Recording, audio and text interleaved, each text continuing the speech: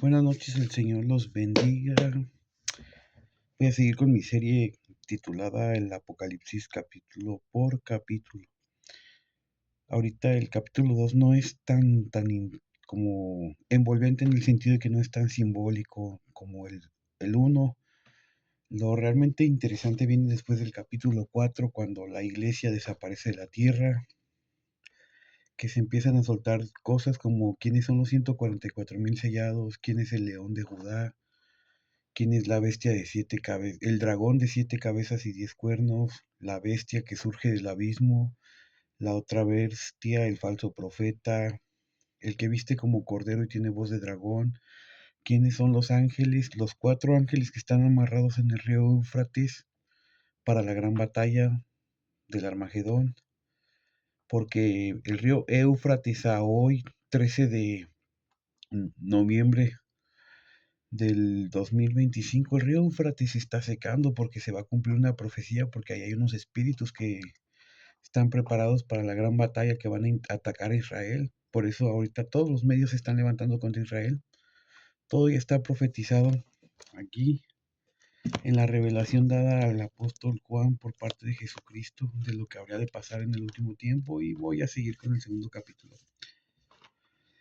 Apocalipsis capítulo 2. Escribe al ángel de la iglesia en Éfeso, el que tiene las 7 estrellas en su diestra, el que anda en medio de los 7 candeleros de oro, dice esto. Ya expliqué el capítulo pasado que son candelabros similares a como y que las las 7 estrellas son 7 iglesias en Asia, y los 7 ángeles son los 7 pastores de esas iglesias. Así que voy a seguir con el siguiente versículo, que es el 2. Dice: yo conozco tu obra y tu arduo trabajo y paciencia, y que no puedes soportar a los malos, y has probado a los que se dicen ser apóstoles y no lo son, y los has hallado mentirosos. Del 1950-70 para acá se ha levantado una corriente de falsos apóstoles. Aquí en Morelia hay una iglesia, voy a omitir el nombre, pero aquí en Morelia hay una iglesia donde hay un falso apóstol, el pastor se autonombra apóstol. En 2025 todo aquel que diga que es apóstol es un farsante y es un mentiroso, porque en segunda de Corintios capítulo 11, si mal no recuerdo, 11:13, en 2 Corintios 11:13 se habla de esto, y el apóstol Pablo, otro apóstol revelante, nos revela, dice: porque estos son falsos apóstoles, obreros fraudulentos, que se disfrazan de apóstoles de Cristo. Y lo que dice aquí Juan, otro apóstol, un verdadero apóstol de Jesús, dice: Jesús le dice a Juan: yo conozco tus obras y tu arduo trabajo y paciencia, y que no puedes soportar a los malos, y has probado a los que se dicen ser apóstoles y no lo son. En 2025 todo el que diga que es apóstol es un falso profeta, sino que dice: has hallado que son falsos apóstoles y no lo son, y los has hallado mentirosos, y has sufrido y has tenido paciencia y has trabajado arduo por amor de mi nombre, y no has desmayado, pero tengo contra ti que has dejado tu primer amor. Aquí el Señor nos exhorta a los cristianos cuando, por lo que sea, dejamos el primer amor. Y aquí el Señor Jesús le está diciendo a Juan que dejó su primer amor, tal vez por miedo, porque estaba confinado en una isla, y la desesperación de saber que iba a morir ahí solo, de viejo, tal vez se, se desanimó. Pero por eso le dijo el Señor: tengo esto contra ti, porque te has desanimado sabiendo que yo estoy contigo y sabiendo que ibas a padecer esto. Entonces, en pleno uso de razón, por medio del Apocalipsis capítulo 2, verso 4, el Señor Jesucristo nos anima a no desanimarnos. Sigue, dice, en el 5 dice: recuerda por tanto de dónde has caído, y arrepiéntete y haz las primeras obras, pues si no, vendré pronto a ti y quitaré tu candelero de su lugar si no te has arrepentido. Eso puede pasar, por ejemplo, como yo que, pues ya siendo cristiano, recaí en los vicios, me alejé de Dios. Y este es un capítulo que nos invita a todos los cristianos a arrepentirnos y a empezar a portarnos como cristianos, a hacer obra evangelista, ayudar en las necesidades de la iglesia, trabajar, porque también la Biblia dice que el que no trabaja es peor que el incrédulo. Eso se refiere a las primeras obras de justicia, portarte como un cristiano verdadero. En el 6 dice, pero tienes esto que aborreces a los nicolaitas, los cuales yo también aborrezco. De los nicolaitas no hay mucha información. Los eruditos, teólogos, historiadores han dado como que armado conjeturas de que los nicolaitas eran una secta judía que se levantó en primer siglo, pero no se tiene mucha información de ello. Pero lo poco se sabe es que era una secta que adoraba a dioses paganos en Israel. En el 7 dice, el que tiene oído oiga. Al Espíritu dice a las iglesias, al que venciere le daré de comer el árbol de la vida, el cual está en medio del paraíso de Dios. Al que venciere. Hay que entender que los primeros 3 capítulos del Apocalipsis, la iglesia todavía está en la tierra, pero ya se desató la maldad y aquí en el capítulo 2 ya está pronto el arrebatamiento de la iglesia. Por eso el Señor Jesús nos dice que al que venza nos dará de comer del árbol de la vida. Bueno, es el Señor Espíritu Santo, pero los dos son Dios. Dice en el mensaje del verso 8, escribe al ángel de la iglesia en Esmirna, el primero y el postrero, el alfa y el omega, el que estuvo muerto y vivo, dice, yo conozco tus obras y tu tribulación y tu pobreza, pero tú eres rico, y la blasfemia de los que dicen ser judíos y no lo son, sino que son sinagoga de Satanás. De bueno, desde los tiempos de Jesús ya se había levantado el movimiento de los judaizantes. Los judaizantes son personas, pues no judías, ¿no? Que niegan el nombre de Jesús, que quieren hacer que la iglesia vuelva a la ley, a depender de las obras, a hacer sacrificios animales, a decir que no se pronuncia Yeshua o Jesús, sino que se pronuncia Yeshua, a usar el manto y el gorro que traía yo en el video pasado. Yo los tengo porque yo tengo fuertes argumentos para saber que tengo ascendencia judía por parte de mi papá. El apellido Montiel de mi abuelo llegó a México por judíos sefardis, ese es un argumento fuerte. Y por otras cosas que he investigado. Bueno, el punto es que quiero aclarar que yo no soy judaizante. Los judaizantes son personas que se creen judías y no lo son, y aparte blasfeman en contra del nombre de Jesús, negándolo, diciendo que Jesús no es el Mesías, que el Mesías se llama Yahshua y cuántas cosas se les ocurren.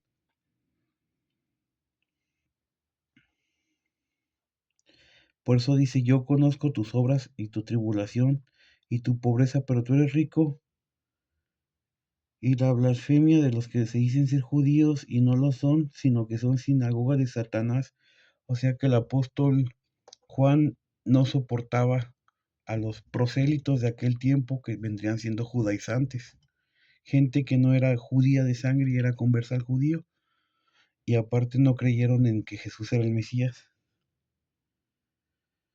Luego dice en el verso 10, no temas en nada lo que vas a padecer, he aquí el diablo echará a algunos de ustedes en la cárcel para que sean probados y tendrás tribulación por 10 días, sé fiel hasta la muerte y yo te daré la corona de la vida.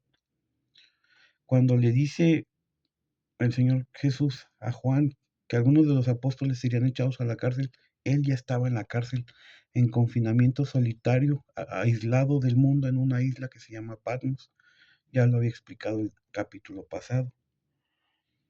Dice, el que tiene oído, oiga lo que el Espíritu dice a la iglesia, el que venciere no sufrirá daño de la segunda muerte.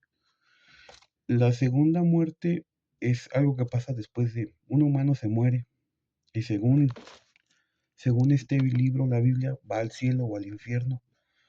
La segunda muerte sería el juicio. Creíste en Jesús como tu suficiente Señor y Salvador, vas a vida eterna. No creíste en el Señor y lo rechazaste, no tienes parte en el reino de Dios y tu destino es el infierno.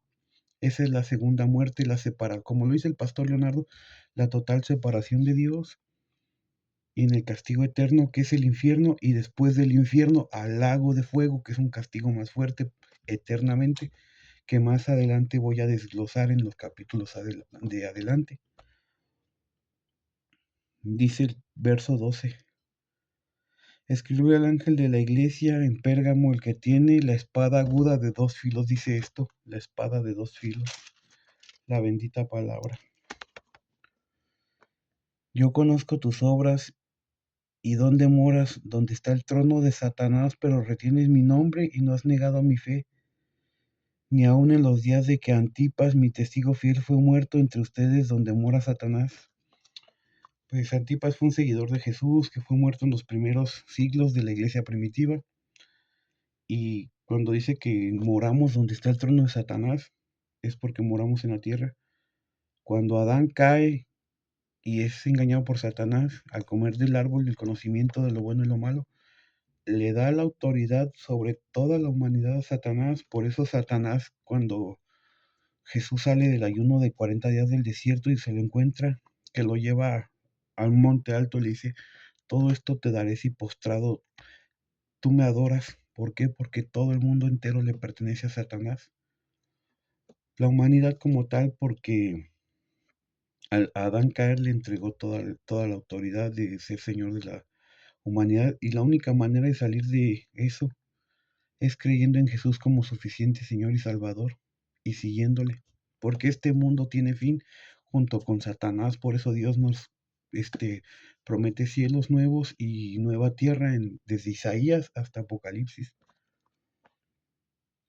14 dice, pero tengo unas pocas cosas contra ti, que tienes a los que retienen la doctrina de Balaam, que enseñó a Balac a poner tropiezo a los hijos de Israel, a comer de cosas sacrificadas a los ídolos y a cometer fornicación. Cuando dicen Balac fue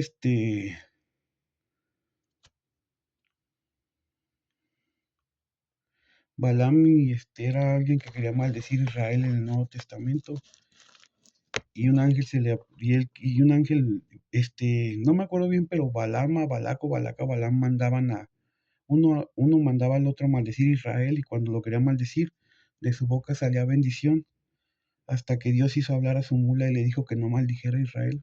Es lo mismo actualmente. Cuando alguien quiere maldecir a un cristiano, cuando alguien le quiere hacer la guerra a un cristiano, hay consecuencias muy fuertes. Dice, en el verso 15 dice, y también tienes a los que retienen la doctrina de los Nicolaitas, la que yo aborrezco. Por tanto, arrepiéntete, pues si no vendré a ti pronto y pelearé contra ellos con la espada de mi boca. El que tiene oído oiga lo que el Espíritu le dice a las iglesias. Al que venciere, daré a comer del maná escondido y le daré una piedrita blanca y la piedrecita escrita un nombre nuevo, el cual ninguno conoce sino aquel que lo recibe. El maná fue una comida que Dios provió a Israel durante los 40 años que estuvo vagando en el desierto. Supongo porque todo el tiempo estuvieron comiendo maná. Y cuando en el arca de la alianza adentro había maná, estaba la vara de Aarón y otras cosas. Pero era una comida que Dios provió. Jesús, cuando baja a la tierra, dice, yo soy el verdadero pan del cielo, haciendo alusión de que ese maná solo llenaba momentáneamente, pero tú al tener a Jesús en tu vida, te sacía para siempre y no hay necesidad de comer pan de masa. Y dice que nos dará un nombre nuevo con una piedrecita blanca que nadie sabe, solamente Dios sabe ese nombre y nos lo va a dar. Probablemente en la eternidad yo ya no me llame Alejandro. No sé qué nombre tenga para mí el Señor, pero de que lo tiene, lo tiene. Y me voy a esforzar para estar ahí en aquel día. En el verso 8 es que este es más como, ya no, o sea, se lo da Juan, pero los regaños son hacia la iglesia por cosas que estaba pasando en el contexto, en el primer siglo, ¿no? La iglesia estaba pasando por adulterios espirituales, abandonos, etcétera, etcétera. Como hoy, ninguna iglesia es perfecta. Por eso el Señor hace esta exhortación por medio del apóstol Juan a que nos portemos a la altura antes de que Él regrese.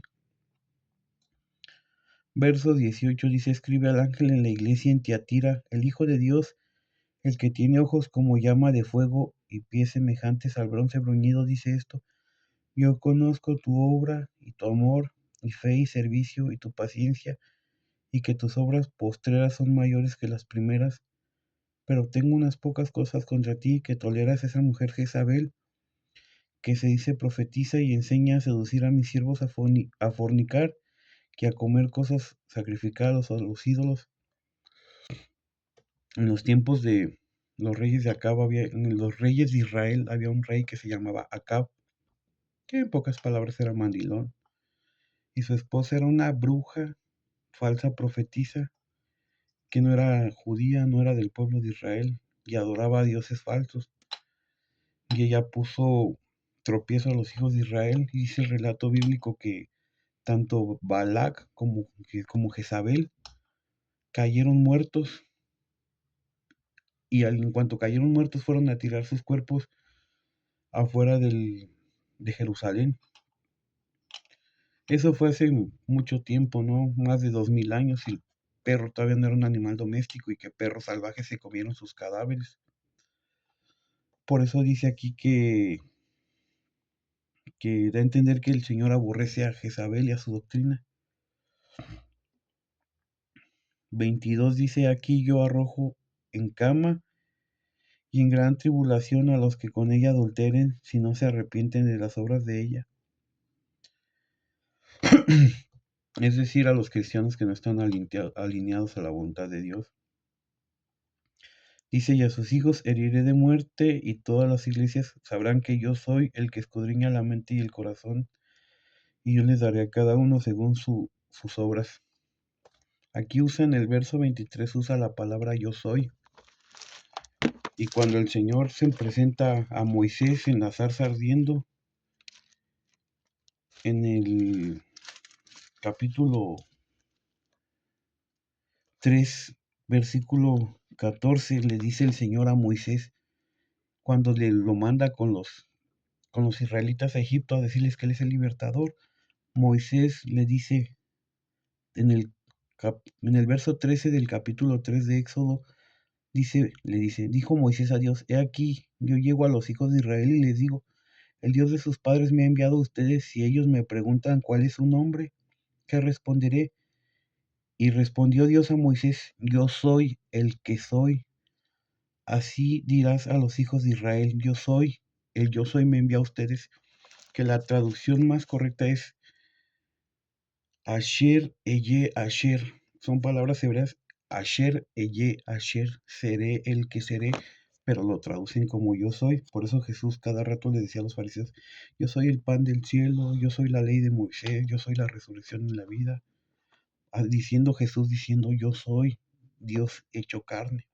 Por eso dice la escritura que los fariseos lo querían linchar. Y aquí el Señor les dice, pocas palabras de entender que nos arrepintamos. Verso 23 dice, y a sus hijos heriré de muerte, y todas las iglesias sabrán que yo soy el que escudriña la mente y el corazón, y les daré a cada uno según sus obras. Lo que se siembra se cosecha.